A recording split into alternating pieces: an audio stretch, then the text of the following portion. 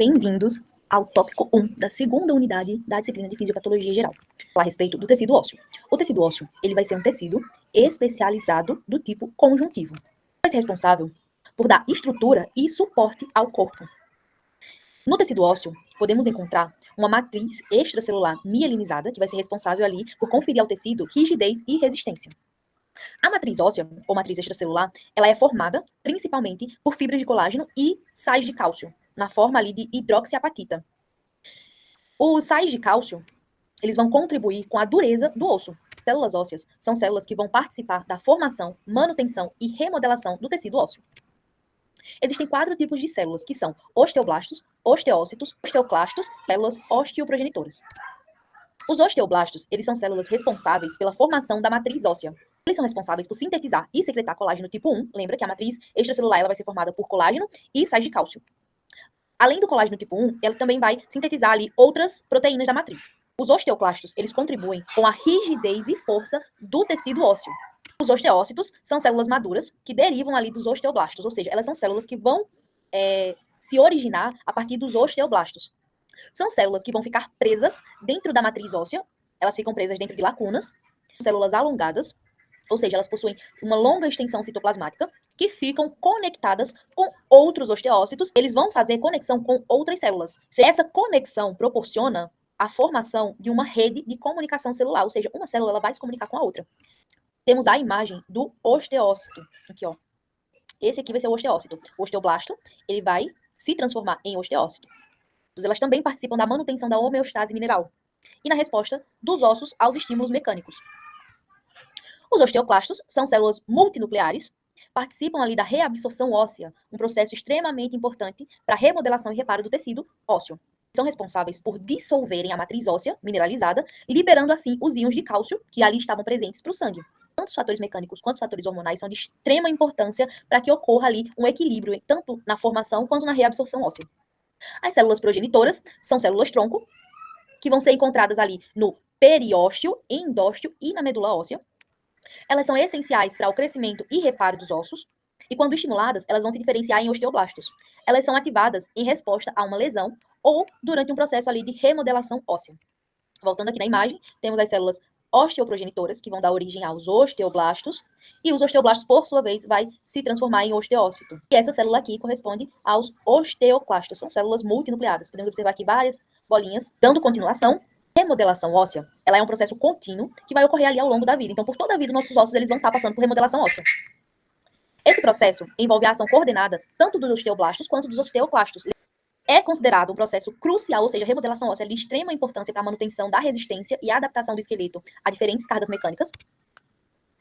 E disfunções nesse processo, ou seja, o desequilíbrio na remodelação óssea pode acarretar doenças ósseas, como por exemplo a osteoporose, que corresponde à redução da densidade mineral óssea, ou seja, vai ocorrer uma redução na quantidade de minerais ali presente no osso, aumentando os riscos de fratura.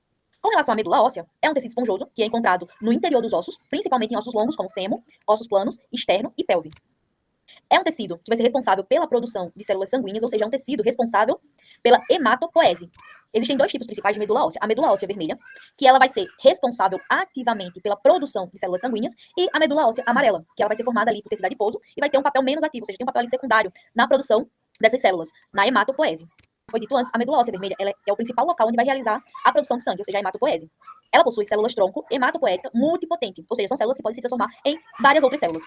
Essas células, elas vão se diferenciar nas células do sangue, que vão ser os eritrócitos, plaquetas ou trombócitos e leucócitos. As células-tronco são essenciais para a renovação das células do sangue, visto que essas células, elas apresentam uma vida útil limitada e precisam ali serem produzidas de forma contínua para manutenção da vida, né? Como que ocorre o processo de hematopoese? Vai ocorrer da seguinte forma. As células-tronco hematopoética, elas vão se dividir e se diferenciar em progenitores mieloides e linfóides. Os progenitores mieloides, eles vão dar origem aos eritrócitos, plaquetas, monócitos, neutrófilos, eosinófilos e basófilos. E os progenitores linfóides vão dar origem aos linfócitos B, T e às células NK, que são células chamadas de natural killer. Essas células, elas vão participar da resposta imunológica do corpo. Com relação às células sanguíneas, os eritrócitos são células responsáveis pelo transporte de oxigênio dos pulmões para os tecidos e também por remover o dióxido de carbono que vai ser produzido ali nos tecidos para os pulmões para ser eliminado.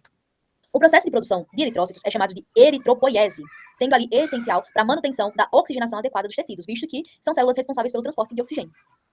Tem sua produção regulada pela eritropoetina, que é um hormônio produzido ali nos rins, de oxigênio no sangue baixaram, os rins vão produzir a eritropoetina. A hematopoese, ela pode ser modificada de acordo com a necessidade fisiológica, como em situações de hemorragia, infecção ou anemia. A plasticidade das células tronco, elas permitem ao corpo aumentar a produção de determinadas células sanguíneas, visando ali garantir a homeostase do corpo. Tanto a medula óssea quanto a hematopoese são essenciais para a sobrevivência, pois vão garantir a produção contínua de células do sangue, responsáveis ali pelo transporte de oxigênio, pela defesa imunológica e a coagulação. Com relação aos leucócitos, participam ali da defesa do nosso corpo contra infecções ou outras agressões externas. Vão ser divididos em neutrófilos, eosinófilos, basófilos, monócitos e linfócitos, e cada um deles vai ter uma função específica. A granulopoiese é o processo responsável pela formação dos granulócitos, presentes ali nos neutrófilos, eosinófilos e basófilos, e ela vai ocorrer em razão da estimulação por fatores de crescimento, como o fator estimulador de colônias de granulócitos. As plaquetas, elas são células grandes, encontradas na medula óssea, e elas derivam dos megacariócitos, células essenciais para que ocorra a coagulação do sangue, auxiliando ali na formação de coágulos em locais que foram lesionados, lesões vasculares, visando evitar a perda de sangue. A trombopoiese, ela vai ser regulada pela trombopoietina. É um hormônio produzido ali, tanto no fígado quanto nos rins. A leucemia é um tipo de câncer hematológico caracterizado pela produção descontrolada de células precursoras da linhagem hematopoética, resultando no acúmulo de células imaturas ou blastos, tanto na medula óssea quanto no sangue. Ela interfere na produção normal de células do sangue. Isso vai levar ao surgimento de sintomas como anemia, infecções recorrentes e até hemorragias. Com relação à sua fisiopatologia, ela vai envolver mutações genéticas em oncogenes e genes supressores de tumores, que vão ocasionar uma desregulação, tanto no mecanismo de proliferação, quanto na diferenciação e apoptose da célula. O tratamento vai depender do tipo de leucemia, se vai ser aguda ou crônica, linfocítica ou mieloide. O tratamento, ele pode incluir quimioterapia, radioterapia, terapia-alvo e até transplante de medula. O principal tratamento empregado para a maior parte das leucemias é a quimioterapia. A quimioterapia, ela visa destruir as células leucêmicas ou interromper a sua capacidade de divisão. Quando a quimioterapia ela não é suficiente, pode ser indicado o transplante de medula óssea ou transplante de célula-tronco hematopoética, para substituir ali a medula óssea que está doente. Recentemente, terapias-alvo como inibidores de tirosina quinase, como por exemplo o imatinib, tem sido utilizado para tratar alguns tipos de leucemias, vão atuar diretamente sobre as proteínas específicas das células leucêmicas, visando inibir seu crescimento e sua proliferação. As terapias-alvo são menos tóxicas que as radioterapias. A imunoterapia também é um tipo de terapia ali, visando tratar essas células. Ela é feita com o uso de células CAR-T, que são células T, com receptores quiméricos de antígenos. Tem se mostrado ali eficiente no tratamento de leucemias refratárias, oferecendo novas opções para pacientes com doenças resistentes às terapias convencionais. A osteopenia, doença que tem sua fisiopatologia menos grave, envolve ali a perda progressiva de massa óssea. Essa perda, ela vai se dar em razão do desequilíbrio entre a reabsorção e a formação óssea, ou seja, entre a atuação dos osteoclastos ali responsáveis pela reabsorção e dos osteoblastos responsáveis pela formação. Vai ocorrer um desequilíbrio nesse processo. Quando esse processo ele se intensifica, a doença ela evolui para osteoporose. A osteoporose, por sua vez, é uma doença sistêmica do esqueleto. Os ossos eles ficam frágeis, ou seja, vai ficar mais frágeis e com maior disposição a fraturas. Isso costuma ocorrer especialmente nos quadris, coluna vertebral e punhos. Tanto a osteopenia quanto a osteoporose são condições caracterizadas pela redução da densidade mineral óssea. A redução da densidade mineral vai causar o enfraquecimento dos ossos, aumentando ali os riscos de lesões.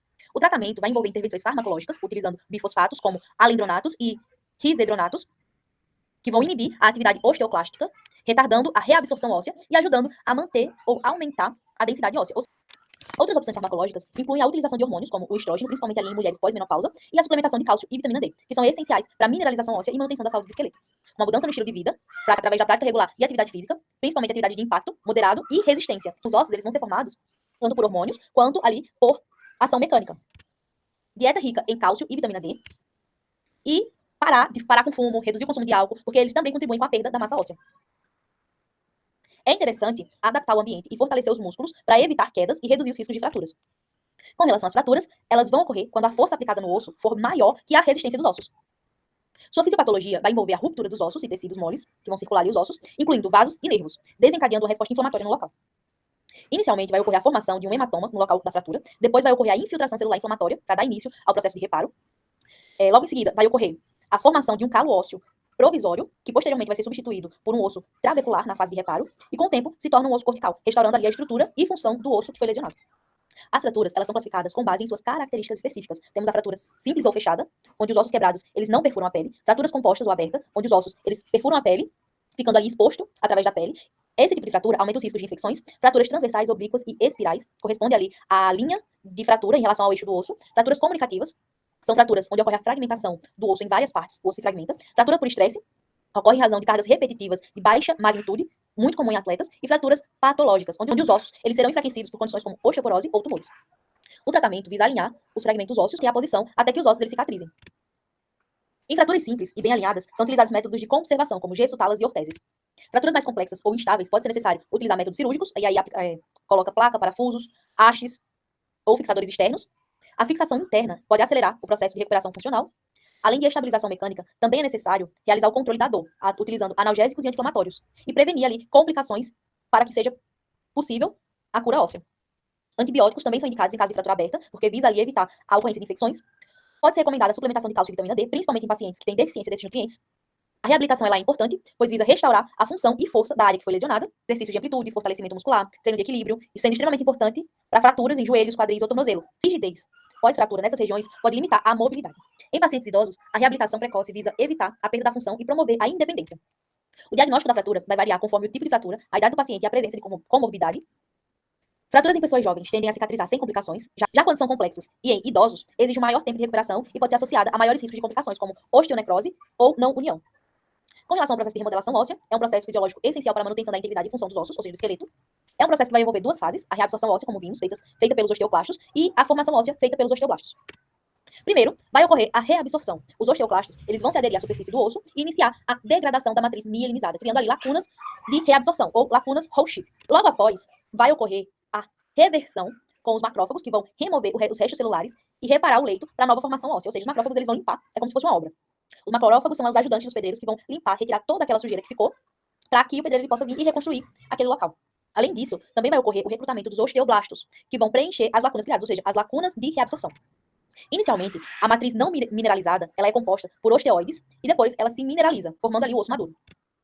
Os osteoblastos, eles podem se diferenciar em osteócitos, são aqueles que vão ficar presos na matriz recém-formada, ou células revestidoras, que ficam ali na superfície óssea para futuras remodelações. A interação entre essas células é fundamental para o equilíbrio entre a reabsorção e a formação óssea, garantindo a manutenção da homeostase mineral. Os fatores sistêmicos, hormônios e citocinas, também vão influenciar o processo de remodelação óssea, assim como fatores locais, que são força mecânica e sinais provenientes da matriz extracelular. Desequilíbrio entre reabsorção e formação pode gerar condições patológicas, como a osteoporose. A osteoartrite é uma doença degenerativa das articulações, caracterizada pela degradação da cartilagem articular, inflamação sinovial e remodelação óssea. Sua causa está associada a fatores mecânicos, metabólicos e inflamatórios, que vão gerar a degradação da cartilagem articular, formando osteófitos e esclerose subcondral.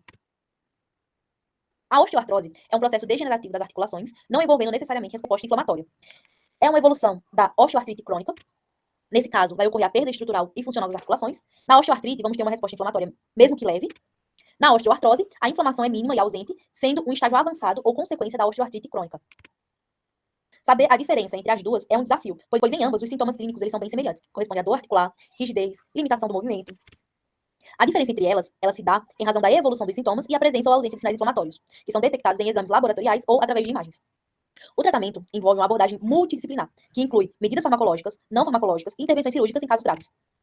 O uso de anti-inflamatório, não esteroides, para tratar a osteoartrite é muito comum, visando ali controlar a dor e a inflamação.